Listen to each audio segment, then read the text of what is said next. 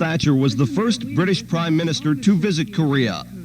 Her weekend stopover on the way to Tokyo was aimed at cementing the good relations developed by President Chun's visit to Britain in April.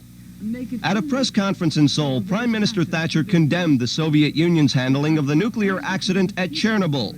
She said it's not been easy to verify what has happened at the stricken plant, and according to Mrs. Thatcher, that has a great effect on arms talks because many of them are bogged down on verification issues. Really, the acid test of security is whether you can verify what you agree. And if you find it very difficult to verify what has happened in a peaceful accident of this kind, it means that you must be even more careful on the verification procedures for armaments. The Prime Minister said the Soviet handling of the incident vividly shows the difference between closed communist society and open Western society. She said the Soviet system hasn't changed at all. Prime Minister Thatcher has taken a lot of political flack for her decision to allow U.S. bombers to attack Libya from British bases. But she says she would do it the same way if she had to do it again. According to the Prime Minister, if only tyrants use force and no one uses force against them, then tyrants win and freedom dies. Army Sergeant Jim Heller, AFKN News, Seoul.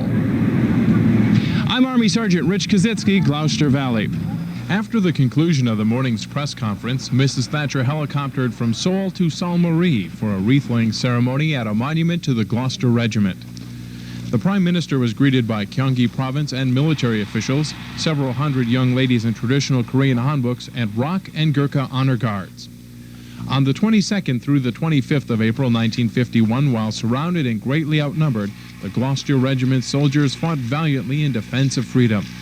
After placing the wreath at the base of the monument, Mrs. Thatcher paid homage to the men who fought and died in the valley.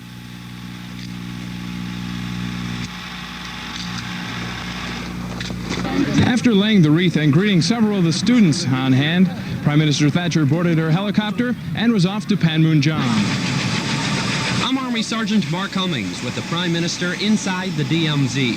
While in the Republic, Prime Minister Thatcher took time to get a first-hand look of Panmunjom and the DMZ. The Prime Minister's visit made it a very special day. According to public affairs officials, it marked the first time any British Prime Minister had visited the demilitarized zone. After landing at the Joint Security Area helipad, the Prime Minister was transported to Ballinger Hall for a briefing. From there, she visited the MAC building, where she was again briefed and fielded questions from the press. Then it was a stroll across to Freedom House, where Mrs. Thatcher got an overall view of the Truce Village. The Prime Minister wrapped up her visit with a stop at Checkpoint 5, where she peered out into North Korea and was shown points of interest by her escorts, including Commander of USFK, General William Livesey. From there, the Prime Minister was escorted back to the helipad, where she boarded a Chinook and left for an evening dinner with Republic of Korea President Chun Doo-hwan. Army Sergeant Mark Cummings, AFKN News, Panmunjom.